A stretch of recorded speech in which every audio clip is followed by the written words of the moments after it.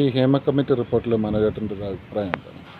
അല്ല, ഹേമ കമ്മിറ്റിയെ നിയോഗിച്ചതും വളരെ കൃത്യമായ ഒരു റിപ്പോർട്ട് തയ്യാറാക്കപ്പെട്ടതെല്ലാം ഈ സിനിമാ മേഖലയിലെ പ്രശ്നങ്ങളും പ്രതിസന്ധികളൊക്കെ എങ്ങനെ പരിഹരിക്കാം എന്ന ഒരു ഗവൺമെൻറ്റിൻ്റെ ഒരു ആലോചനയുടെ ഭാഗമായിട്ടാണെന്നാണ് ഞാൻ വിചാരിക്കുന്നത്. അത് ചിലപ്പോൾ ഇന്ത്യയിൽ തന്നെ മറ്റൊരു സ്ഥലത്തും അതുണ്ടാവില്ല. അത്രയും വളരെ ഗൗരവത്തോടു കൂടിയാണ് സിനിമയെയും ഈ മേഖലയൊക്കെ ഗവൺമെൻറ് കാണുന്നത്.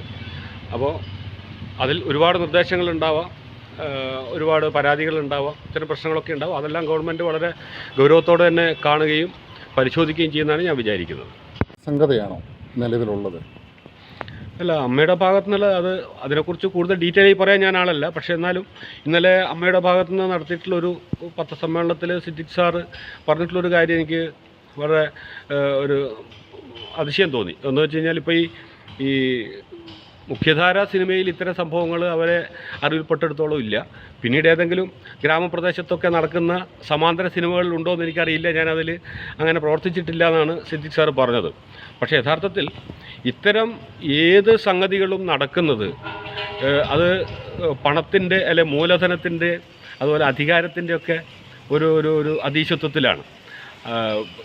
ഈ സമാന്തര സിനിമ എന്നൊക്കെ പറയുന്നത് വളരെ ചെറിയ പൈസക്ക് വളരെ കഷ്ടപ്പെട്ടും വളരെ കൂട്ടായ്മയും രൂപപ്പെടുന്ന സിനിമകളാണ്. അത്തരം സിനിമകളിൽ തൊഴിലാളിയും തൊഴിലുടമയും ഇല്ല, എല്ലാവരും ആർട്ടിസ്റ്റുകളാണ്. ടെക്നീഷ്യൻസ് ആയിക്കോട്ടെ, ആക്ടേഴ്സ് ആയിക്കോട്ടെ, അതിന് മറ്റ് പ്രൊഡക്ഷനിൽ വർക്ക് ചെയ്യുന്നവരായിക്കോട്ടെ, എല്ലാവരും ഒരു കൂട്ടായ്മയിൽ ഒരു കുടുംബം പോലെ ചേർന്ന് നിന്നിട്ടാണ് ആ സിനിമ ഉണ്ടായി വരുന്നത്. അപ്പോൾ അതിൽ പല വിധത്തിലുള്ള പരിമിതികളുണ്ട്. ആ പരിമിതികളെയും കൂട്ടായിട്ടാണ് പരിഹരിക്കുക. ഇപ്പോൾ ഒരു ഡ്രസ്സ് മാറാൻ സ്ഥലം ഉണ്ടാവണമെന്നില്ല ചിലപ്പോൾ, പക്ഷേ അത് ആർട്ടിസ്റ്റിനെ സംബന്ധിച്ചിടത്തോളം അതൊരു പരാതിയല്ല. അവരത് പരിഹരിക്കും ഈ സിനിമയ്ക്ക് വേണ്ടിയിട്ട്. അപ്പോൾ അതിൽ പവറില്ല, എല്ലാവരും ഒരുപോലെയാണ്. അപ്പോൾ അത്തരം സിനിമകളിലല്ല ഇത്തരം പ്രശ്നങ്ങൾ ഉണ്ടെങ്കിൽ തന്നെ ഉണ്ടാകാൻ സാധ്യത യഥാർത്ഥത്തിൽ ഈ പണത്തിൻ്റെയും മൂലധനത്തിൻ്റെയൊക്കെ ഒരു പവർ പ്രയോഗിക്കുന്ന സ്ഥലങ്ങളിലായിരിക്കും എന്നാണ് എൻ്റെ ഒരു തോന്നൽ.